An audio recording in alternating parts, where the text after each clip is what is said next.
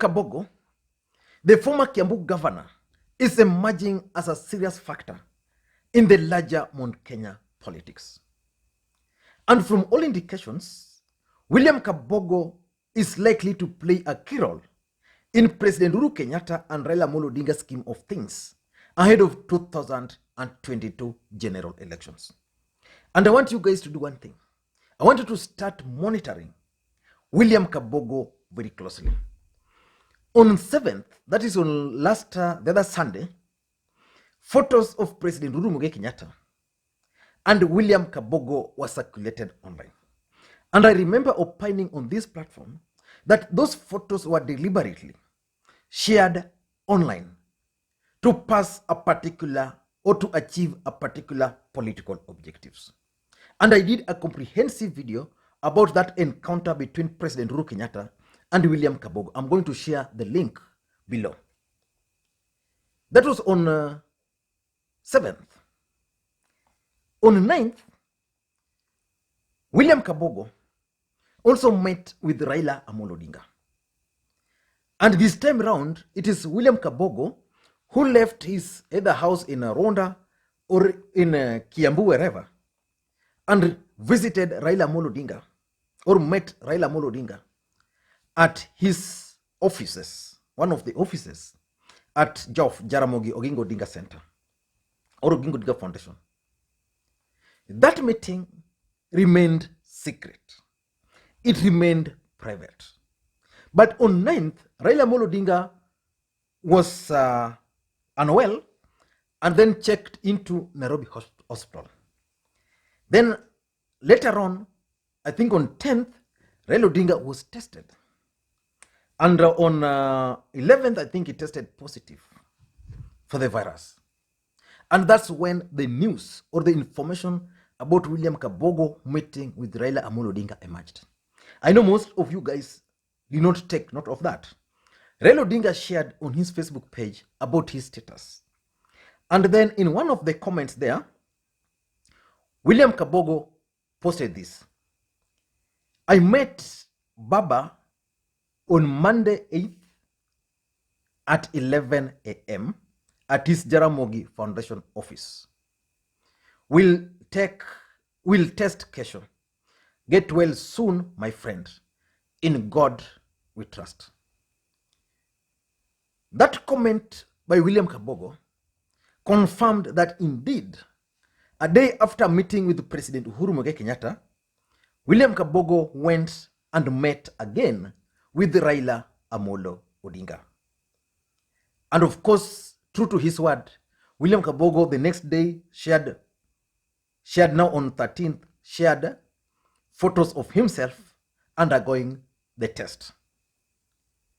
In this video today, I want us to look at William Kabogo's visit to Raila Odinga.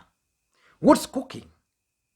But before we do that, if you're watching this video for the first time, please take a second or two and click the subscribe button so that next time you produce a video like this, YouTube will automatically notify you. Now let us get back to the main issue. From William Kabogo's post or comment, it is clear he met with Raila Odinga. The fact of the matter is that William Kabogo and Raila Odinga are not business partners. That's the fact. The other fact is that this meeting took place after Kabogo had met with President Uhuru Kenyatta. So definitely the president might have set up a meeting between Kabogo and Raila Odinga to discuss specific issues. Or William Kabogo came to Raila Odinga to share his thoughts on what he discussed with the president. Remember, President Uhuru Kenyatta drove himself to William Kabogo. Then William Kabogo then now decided to drive himself to Raila Odinga. So what do you think these gentlemen discussed at Jaramogi Oginga Odinga Foundation? In my view, they discussed several things. One of the things they discussed is the Building Bridges Initiative campaigns in central Kenya. Remember, President Uhuru Kenyatta has tried almost all other leaders to take charge of the Building Bridges Initiative campaign in the larger Mount Kenya region, but it's not working. At some point, it was Anne Waiguru. But because of the fight between Anne Waiguru and Kibicho, Anne Waiguru's star was dimmed. Then at some point, it was Kiraitu Murungi. Again, Kiraitu Murungi, I think, got tired along the way. Then he appointed Peter Munya to the Ministry of Agriculture to address some of the concerns. Of course, Peter Munya has tried the best he can. And in one of my videos also, I remember opining clearly that William Kabogo is one of the individuals that the president must look for to his side if he needed the Building Bridges Initiative campaigns to go smoothly in central Kenya. So I'm sure that William Kabogo has been tasked with leading the Building Bridges Initiative campaigns in the larger Mount Kenya region. And that was after discussing with the president. So he came with Raila Odinga probably just to share his thoughts on how they can approach the central Kenya Building Bridges Initiative campaigns. That's number one. Number two, which I'm not ruling out, is the possibility of Juja parliamentary by-election. How are they going to make sure that President Uhuru Kenyatta emerge the winner? So probably the president wants Kabogo to take charge of that by-election, because I don't see a situation where President Uhuru Kenyatta will take a lead in campaigning for his candidate in this by-election. Because the other fact which we can't run away from is that William Samoei Ruto has really entrenched himself in the larger central Kenya region. President Uhuru Kenyatta going to Juja to campaign and then emerging as a loser is going to impact on him negatively. So the best thing for him is to allow someone like William Kabogo to take charge of that particular by-election. And why is Raila Odinga a factor in Juja? Juja is kind of not really, it's kind of a town. And being a town, the presence of Raila Odinga supporters are normally there. So how are they going to, like what happened in Naivasha and also what happened in London? In London ward, the Jubilee candidate received votes majorly from the ODM side. In Naivasha, Hell's Gate, where Jubilee candidate won, that candidate won because of the support they received from Raila Odinga supporters in that region, because there are significant number of Raila Odinga supporters. If you go to Kiambu County, especially in those towns like in Thika, Juja, there are significant supporters of Raila Amolo Odinga on those areas. So probably they went just to discuss how those supporters can be turned into voters for the next month's by-election in that constituency. Because a win for President Uhuru Kenyatta is basically going to mark the beginning of the fall of William Samoei Ruto. But if Ruto is going to emerge the winner in Georgia, then it's going to be a big problem for the president. So I think the president doesn't want to take the lead in that campaigns, and he met with William Kabogo, who is a former member of parliament for Juja. Then Kabogo now then went to Raila Odinga and they discussed how that particular elections can be undertaken. That's number three. These guys also talked about William Kabogo's role in 2022 general election. I'm 100% convinced. Because William Kabogo, if you look at central Kenya today, who do you think can succeed President Uhuru Kenyatta? Many names have been floated. But is there any serious one? I'm only seeing William Kabogo as one of the guys who is capable of succeeding President Uhuru Kenyatta.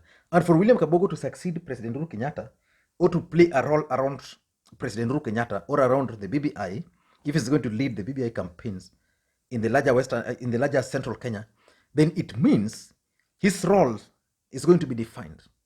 So probably he discussed with Uhuru Kenyatta that I'm going to join this, then what role am I going to play in 2022? Mtanipea namba gani?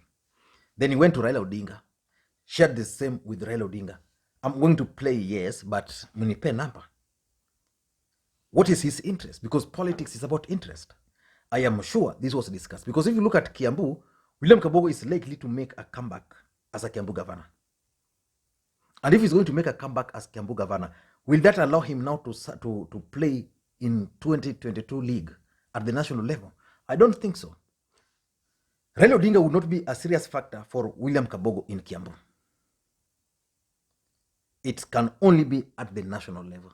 So probably they met to discuss the role of Kabogo at the national level. You won't be surprised if Kabogo can actually be told to contest in Georgia. Then he will defend his seat in Georgia. Then after defending his seat in Georgia, Kabogo will now be qualified to contest as a Prime Minister of the Republic of Kenya if BBI is going to go through. So that's number 2. Number 3. Number 4, I think, and I did a video on this earlier, these guys might have also discussed William Kabogo's entry into the Nairobi gubernatorial race. That's a fact. As we speak today, there's a court case on Nairobi by-election. If we didn't have that court case, probably we would have gone for a by-election. Remember, Anne Kananu Mwenda, who is currently acting deputy governor, is supposed to be sworn in as the governor. That has not happened. And I think there's even a constitutional crisis in Nairobi. But who is likely to be fronted as the candidate for Nairobi in 2022? Nairobi is going to be one of the seats which will be discussed between Raila and Uhuru in 2022.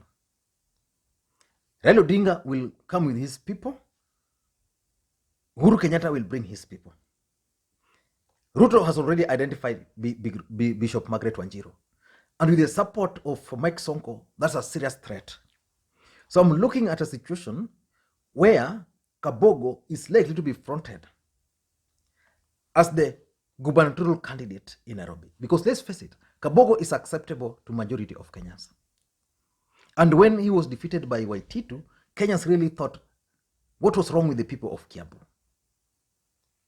So Kabogo can easily come to Nairobi and contest as a governor to serve the interest of President Uhuru Kenyatta and to serve the interest of Raila Odinga. I'm looking at that as a possibility.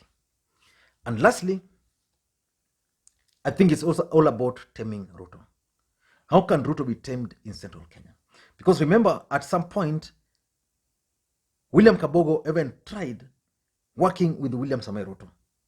And I remember he attended one of the events in Molo. That was last year. And I don't know what has happened between the two, but nowadays I see William Kabogo leaning more towards President Uhuru Kenyatta to an extent that he's been funding a lot of BBI campaigns in the larger Mount Kenya region without even the authority of the president. So I think Uhuru has designated Kabogo to try and tame William Ruto in the larger central Kenya region. And why is he meeting Raila Odinga over this? You all know that Raila Odinga is an enigma of Kenyan politics. So probably Raila Odinga is just giving him the best strategy on which he can deal with Ruto, or probably he just went to share with Raila Odinga his strategy of how he's going to tame William Samoei Ruto in the larger Mount Kenya region. I don't know what you think, but that's my take. And if you're watching this video for the first time, please take a second or two and click the subscribe button so that next time we produce a video like this, YouTube will automatically notify you. And to the subscribers, please, I want to thank you guys so much for your continued support. You guys are amazing.